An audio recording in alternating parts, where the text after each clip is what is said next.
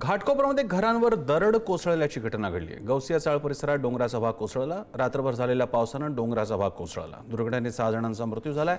आणखी काही जण ढिगाऱ्याखाली अडकलेत। 5 ते 6 घरांवर दरड कोसळल्याची माहिती आहे। अग्निशमन दल एनडीआरएफ कडून बचाव कार्य सुरू आहे। स्थानिक रहिवाशांकडूनही या बचाव कार्याला मदत केली जात आहे। नंदकिशोर आपले प्रतिनिधी घटनास्थळी उपस्थित आहेत। नंदकिशोर, काय चाललंय घाटकोपरमधल्या या जिथे दरड कोसळली त्या परिसरात? प्रसन्न सर, खरं तर सकाळी 2:45-3च्या दरम्यान ही संपूर्ण जी घटना आहे ती घडलेली आहे। एक पिंपळाचं झाड होतं आणि त्याच्यावरती जो आहे तो एक दगड होता आणि हे दोन्ही सुद्धा जे आहेत ते 4 ते 5 घरांवरती कोसळलेला आपल्याला पाहायला मिळतात। मी त्याच भागात आहेत। आता प्रसन्न सर, हा समोरचा रस्ता आपण बघतोय।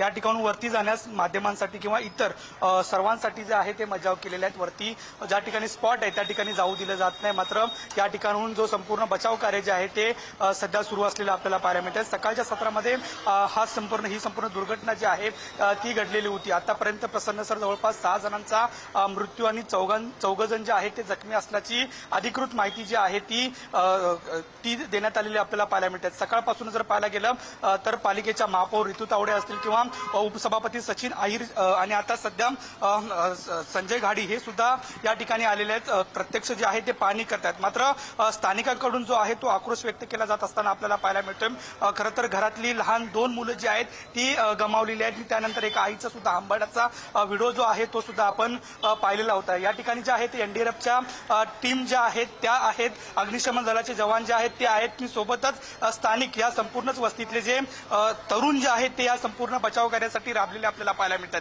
अजून सुद्धा सर जे आहे ते ऑपरेशन सुरू आहेत, रेस्क्यू सुरू आहेत। जवळपास 1 ते 2 जण अजून सुद्धा ढिगाऱ्याखाली आहेत अशा पद्धतीची माहिती जी आहे ती मिळते। यासाठी स्पॅम कॅमेरा जो आहे तो वापरला जातो आणि त्या कॅमेऱ्याच्या माध्यमातून जी आहे ती माहिती घेतली जाते। खरं तर पहाटे 4:30 वाजल्यापासून हा संपूर्ण रेस्क्यू सुरू आहे। आता जवळपास 1 वाजता आहे, त्यामुळे मोठा कालावधी जो आहे तो या संपूर्ण रेस्क्यूसाठी लागलाय। त्याचं प्रमुख कारण प्रसन्न सर हेच आहे की या संपूर्ण वस्तीमध्ये जी जागा आहे ती अरुंद आहे।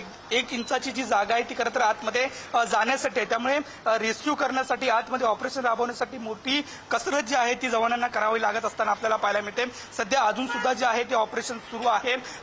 प्रामुख्याने जर पाहायला गेलं तर पिंपळाचं झाड होतं आणि पिंपळाच्या झाडाच्या वरती एक मोठा महाकाय दगड होता आणि दगड आणि पिंपळ सोबत पडलेले आहेत। वरती संपूर्ण टिकडे आणि टिकडीच्या वरती सुद्धा जर पाहायला गेलं तर अनेक घर आहेत। सध्या हा संपूर्ण परिसर ज्या ठिकाणी धोका निर्माण होऊ शकतो ती घरं खाली करण्यात आलेली आहेत। पालिका प्रशासनाकडून सुद्धा ह्या घरांना ज्या ठिकाणी दगड कोसळला होता त्या घरांना सुद्धा खाली करण्याचे निर्देश जे आहेत ते देण्यात आलेले होते। तशा पद्धतीच्या नोटीस ज्या आहेत त्या देण्यात आलेल्या होत्या अशी माहिती जी आहे ती पालिका प्रशासनाकडून दिलेली पाहायला मिळाली। मात्र सध्या ऑपरेशन सुरू आहे। अजून 1 ते 2 जण आतमध्ये असल्याची सुद्धा माहिती जी आहे ती एनडीआरएफचे जवान देताना आपल्याला पाहायला मिळतात। धन्यवाद नंदकिशोर, तुम्ही दिलेल्या माहितीबद्दल।